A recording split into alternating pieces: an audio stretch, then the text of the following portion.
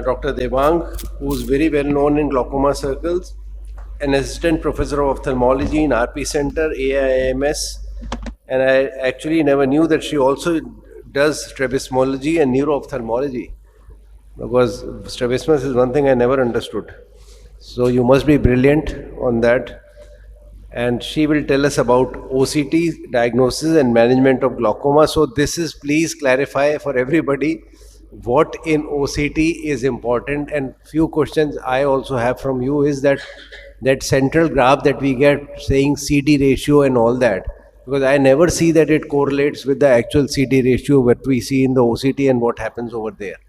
So please tell us what is red disease, what is green disease, what should the people really, when they pick up a OCT, what should they look at? Can they see progression from there, or is it not to be seen from OCT?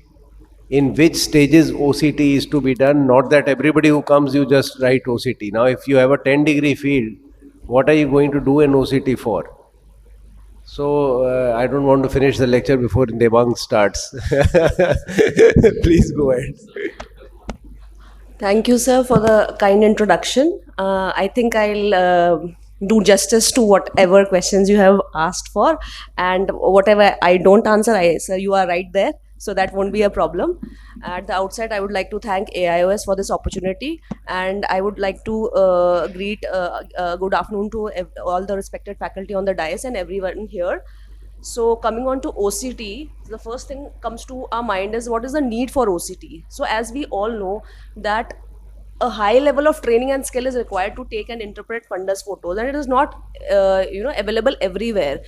But now OCT is more randomly available, and more so it gives a very quick and objective scan of the optic nerve, retinal fiber layer, as well as the ganglion cell analysis, which is helpful in early diagnosis and monitoring progression and helping us halter or prevent leading to the irreversible blindness, for which all of us are working towards too. So as we all know that till now it has been shown that both the retinal fiber layer loss, it precedes the visual field loss as well as it precedes the disc changes. So OCT is measuring both the disc as well as the retinal fiber layer, so it is a very sensitive tool. And the new kid on block right now is the ganglion cell layer. So since the retinal fiber layer is only composed of axons, assessing the retinal ganglion cell itself may be a more direct way to measure the ocular damage due to glaucoma rather than just the measurement of the circumpapillary retinal fiber layer. So this is basically an adjunct to what we have. So this is how the printout looks like. This is the OCT printout. So if you look at the top, at the top, we have the patient data. So like a routine visual field, we have the patient data. We just correlate that it's the same patient, the age is entered well. So at the top, you have one important thing is the signal strength. So the signal strength should be 6 and more. If the OCT has a poor signal strength, which is less than 5, it should always be repeated or it should be taken with a pinch of salt. Because if the signal strengths are poor, I will be discussing later, there's a lot of artifacts which one should know before interpreting the data. So after zone 1, we have the zone 2. Here we have all the data, that is, we have all the data in terms of ratios and averages, like the average retinal fiber thickness, the symmetry between both the discs, the rim area, the average cup disc ratio, the vertical cup disc ratio, and cup volume. Then in zone 3 is basically the testnet overlap graph of the two eyes. The zone 4 is basically the red-free photographs of the right and the left eye respectively. Zone 5 is the testnet graph with the age match control. So basically when they show this with the age match control, there will be a color-coded graph, and the green meaning that it is well within normal limits, yellow is borderline, and red is abnormal. So red doesn't mean glaucoma, it means that it is abnormal, and there are 1,000 causes for the scan to be red. So 6th is a percentile in clockwise sector, and 7 is a more sensitive, it is more in a clockwise rather than a quadrantic sector. So if you look onto the ganglion cell printout, it looks similar. We have the average RNFL thickness maps at the top, then we have the sectoral maps, and in between we have the average ganglion cell layer thickness. So if I take you through a case, so this was a 26-year-old female who was referred from our refractive lab, and she there when the non-contact tonometry was done, the pressures were nearly between 22 24. When it came to the glaucoma clinic, the pressures were 18. However, the CCT, the central corneal thickness, was slightly on the lower side. She did have a family history of glaucoma, for which she was concerned about. And when we looked at the disc, we can clearly see that it is a myopic tilted disc. So here we wanted to do the OCT and see. So if you look at the retinal fiber layer, there is inferiorly, definitely there is thinning. And on the ganglion cell, you can see temporal and inferior, both thinning is there. And in the left eye, which apparently looked not that bad, there was ganglion cell changes. So this patient now has to be, and definitely the visual field will not show any defect. So this patient needs to be followed up, needs to be counseled and regularly followed up. So this was a second patient who's a 62-year-old professional who had again come to the OPD for a routine checkup. Again in the OPD on the non-contact, the pressures were like 21, 22. And the resident had brought saying that there is a glaucoma because of the large cup disc ratio. So if you look at the IOP on appellation tonometry, it was within normal limits. The CCT was also normal. So when you look at the disc, at a first glance, when the patient was not dilated, the angles were open. This disc looks like a horizontally oval disc vis-a-vis the other disc, which is more like a vertically oval disc. So because of this asymmetry, it looks like there is a increased cup disc ratio. So since he was a professional, we didn't want to give him he was in a benefit of doubt. So we did an RNFL OCT and it was coming to be normal. So again, OCT is a very good tool to tell the patient that now you are absolutely normal, no need to be worried of. So there's another case where there's a frank asymmetry between the two discs. The angles were open, and in the right eye you can see a near total cupping. Inferiorly you can see a disc hemorrhage as well. But the left eye, the patient is like, my left eye is normal. So when we do a field, there's in the right eye we can see a corresponding field defect. And when we do a OCT, so we know that the right eye is abnormal, but the left eye, there is on the OCT, there is an RNFL defect. And we also did a ganglion cell to see that there is a temporal defect in the left eye. So this was the time when we actually caught hold of the patient and told him that this is the scan, you have to put your medicines regularly. Because the patient, thinking that, they don't know that the disease is bilateral, they'll put one medicine in the right eye and forget putting in the left eye. So this is how the scan is also important for teaching our patients. Then once we make a diagnosis of glaucoma, now because we all know that glaucoma is a chronic progressive disease, it definitely will progress. So we need to know how does it progress, and the patients who are progressing, we have to step up our management. We can't stick on to whatever the patient is using. So this is the OCT also gives us the advantage of doing a guided progression analysis. So this is how the printout looks like. So we need 2 baseline examinations, and then on the third examination, if there's any defect which is change is noted only in one exam, it will show as a yellow, which means a borderline change. You need to follow up, and subsequent a scan again, if it shows a sustained defect which is seen in red color, it means that the patient has definitely progressed. You have to change your management. So this is another case wherein you can see, if you look at the average thickness map, there's a near total cupping. But if you look at the OCT graph, there is no change. It doesn't show any progression. So what we have to remember is that there is a term known as floor effect, which means that a OCT beyond a level that is beyond 40 or 50 microns, the RNFL can never be 0, because there are underlying glial cells which are there. So beyond this, you have to use visual fields to show progression. Okay, so you need to, in advanced cases, you need to add visual field to note the progression of these patients. So this is an interesting case of a patient when he came to us. It was an open angle, and the thing which was very prominent was the left eye notching which was there. So we went and did an OCT, and we followed up. So as we are following up, you can see that there is a definite progression. So whatever medications we are using, it has to be stepped up. So we had to call the patient again and step up the management. So myopia is another ball game together, because in myopia itself, there are pathology in the retina also apart from what it shows, and myopia is again a risk factor for glaucoma. So this is a double disease, and it's very difficult to differentiate that the defect is because of the myopia or because of glaucoma. So when a myopic patient comes, we always do a OCT. So whatever OCT we have to use that as a baseline, and then we follow up the patient regularly. So if you're seeing the left eye of this patient particularly, we see that over the time, over 1 year, that this eye has progressed. So whatever medication we are using a single prostaglandin, it is not sufficient. Now you have to step up. Even if the pressure is like 18, you have to step up and bring it down. So one more important thing that I've told you, that since it is a machine, it will have artifacts. So any machine will have artifacts which can be operator dependent, that is like due to centration, or patient is not dilated properly, or poor signal strength. Or it can be patient dependent, that the patient has media opacities, he has any macular pathologies like VMT or ERM, or his pupil is not fully dilated. And device dependent, depending on the device, whether it's an old device, it will have a slower acquisition speed, or a database related. So it has been shown that nearly 1/3 to half of the scans does have artifacts, and these can be due to various reasons. So I will just show you some clinical pictures. So this was a patient, nearly like 45-year-old open angle glaucoma. So when she presented to us, they took a scan and sent us this.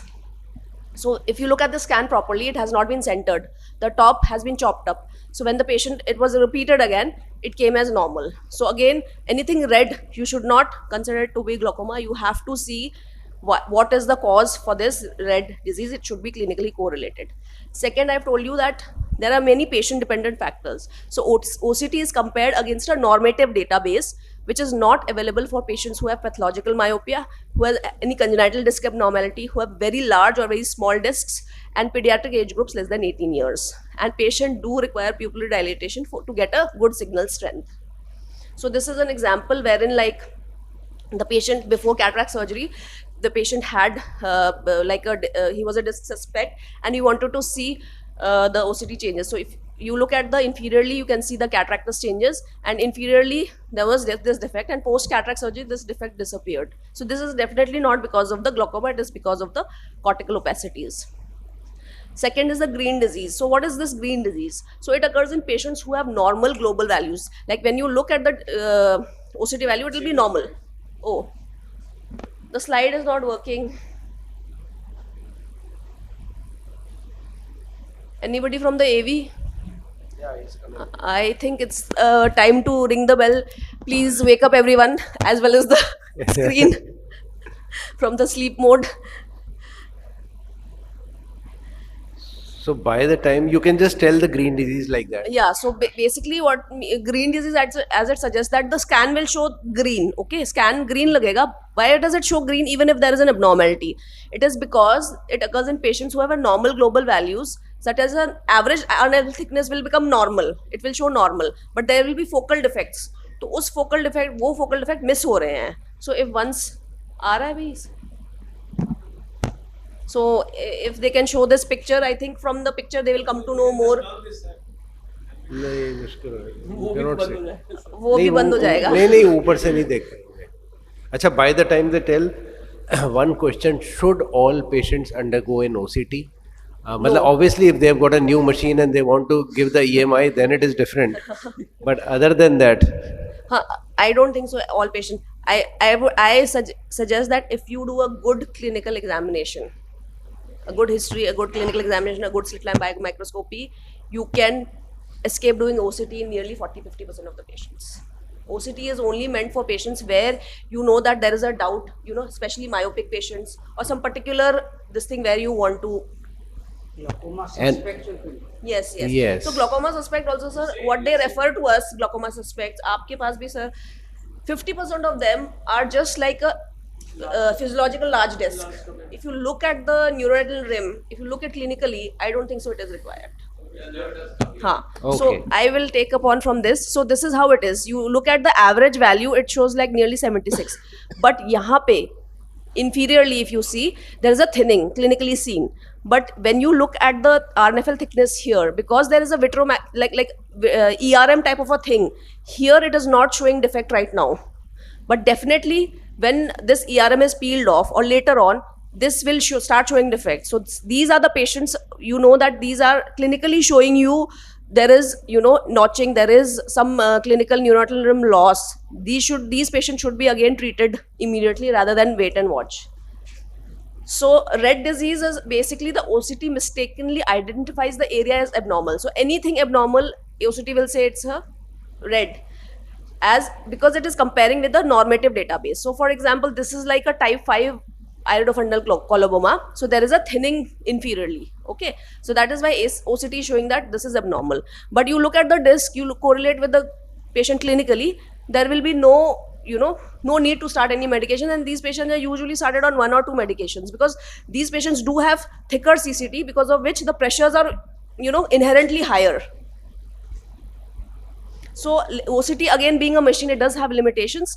So the following conditions impair the performance, or they will prevent the signal strength to be good, like a posterior subcapsular cataract, any cataracts, vitreomacular traction or ERM, dry eyes, frequent blinking. So at the end, I would like to say that artifacts can be easily overcome by knowing the art and facts of OCT. And it can be used as a clinical adjunct. And OCT provides a comprehensive optic nerve, head and retinal nerve fiber assessment to aid the clinician in early diagnosis and monitoring progression of glaucoma. However, it did not replace a careful clinical evaluation, and a good scan is important and should be taken by appropriately trained person. And interpretation of scan should be done keeping in mind all the possible artifacts and should be clinically correlated. Thank you for the patient listening. Yes. Wonderful presentation, madam. Thank you, sir. See, I would say first clinical history is the most important. Family history second. As a general ophthalmologist, you insist on these two things. Then the clinical examination. Then coordinate all the findings. Then come to the conclusion.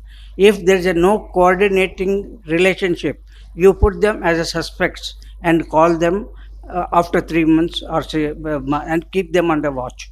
And when taking the IOP, you do not depend upon single IOP. At least you should take 4 to 5 times in different timings. That gives a clue whether he is going to get a glaucoma or not. Number 2, single field test does not give anything. Repeat the field at least 2 times, because he is undergoing a field testing for the first time. So the result of the fields may not give a good idea. Thank you. Okay, Angmo has to go somewhere else. Does anybody has a pointed question for her? Better you ask her, because I may not be knowing. Ma'am, just let's say we have got many machines in the for doing OCT. So let's say one patient has got one OCT in one machine. Now he comes to you, and now we have the different values in the other machine. So what is your take on that? Should we basically say that is there any progression, because you are seeing it on the first time? Yeah, that's what. Just on So the basically, in this is in perimetry also. The patient should be followed on one particular machine. That is what we request. If the patient is showing outside, we say that you please show it wherever you are. And I would rather go on with the clinical evaluation in that patient and not take the first scan as the, you know. So I'll rather like to follow up the patient. Thank you. Ma'am, one more question, that with the OCT machines, we normally in private sector, we do the pachymetry also with that. And we have seen that pachymetry which we do with the OCT, and then we repeat it on the Cirrus or Pentacam, there is a 10 to 15 micrometer difference in that. So what do you think? So, Pentacam is thicker or OCT is thicker? Sir, ma'am, it's OCT that is coming more thicker as compared to the. So I also clinically have seen that. I think because the tear film value is taken into account in the OCT. OCT, which is not taken into account in pentacams. So should we basically go with the thickness of the OCT, or should we go with the? I think you should take the bare value. Bare value. See, you should always think that the patient is like, you know, have thinner corneas rather than go doing with the, over. with the. Because you want to prevent, you know, the disease from progressing. Last question, anything which you can tell that it can be used in the cases of where we have done the filtering surgery, or there is a tube, we can basically use it to basically see the position of tube or definitely. of the BEB also. Anterior segment OCTs are definitely a savior in all these complicated scenarios, wherein like you don't know, we are putting tubes in the sulcus. After a few months, the tube retracts. We don't know where it is, and we want to see. So you can definitely see them in the in the OCTs that we have. Newer generation OCTs are clearly showing these. Thank you, ma'am. Thank you very much. They are adjunct to the surgeons or the clinicians' hand. Thank you, sir, Angmo. Now you can run away.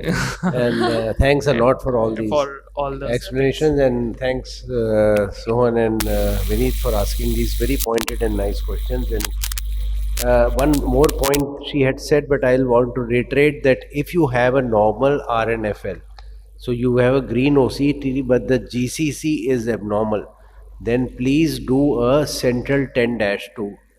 Okay, because normally in the 24-2 there are only 4 points in that field which are representing 30% of that area of the where 30% of the ganglion cells are lying. So please, the moment you feel that GCC and there is something wrong, but the field is coming normal, because we always just quickly do a 30-2 or 24-2. Please wait, do a 10-2, or if you have a 24-2C program, do that.